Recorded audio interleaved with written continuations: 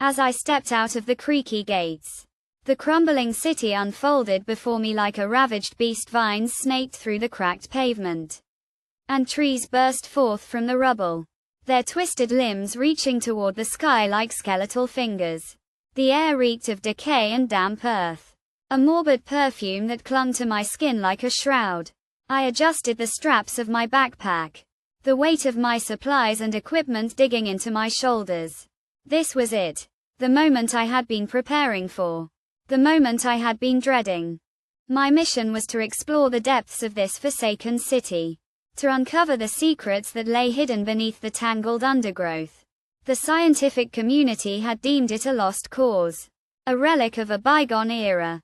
But I knew better. I had spent years studying the ancient texts, poring over dusty tomes and crumbling scrolls, searching for any hint of what lay hidden.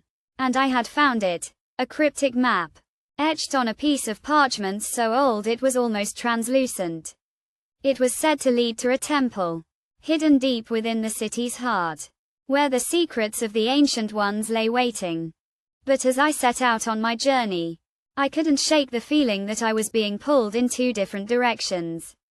On one hand, I had a duty to uncover the truth, to share my findings with the world. On the other, I had a personal desire to explore, to discover, to uncover the secrets that lay hidden. It was a conflict that had been brewing inside me for years, and one that I knew I couldn't ignore. As I made my way deeper into the city, the silence grew thicker, like a fog that clung to my skin. I could feel eyes watching me, the weight of unseen gazes pressing down upon me. I quickened my pace, my heart pounding in my chest. The buildings loomed above me, their windows like empty eyes staring back. I knew I was being herded, pushed towards some unknown destination. And then, suddenly, I stumbled upon it, the temple. It rose from the rubble like a monolith, its stone walls covered in vines and moss.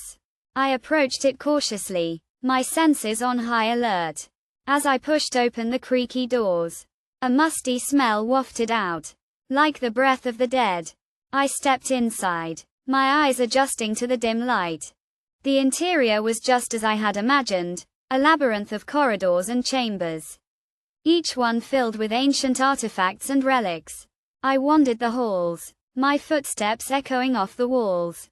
And then, I found it, the artifact I had been searching for. It was a small, crystal orb, glowing with an otherworldly light. I reached out, my hand closing around it like a vice. But as I did, the world around me began to collapse. The temple shook, the walls trembling like a living thing.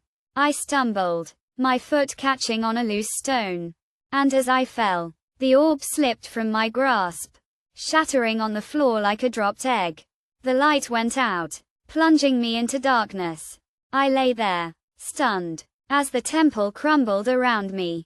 The sound of crashing stone and splintering wood filled the air, a cacophony of destruction. I knew I had to get out, to escape the wreckage. I scrambled to my feet, my eyes adjusting to the dim light. As I stumbled through the rubble, I caught a glimpse of the city outside, the trees swaying in the wind, the vines snaking through the pavement.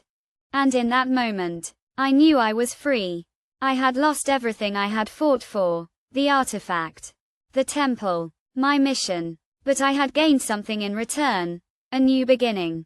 I emerged from the wreckage, blinking in the bright sunlight.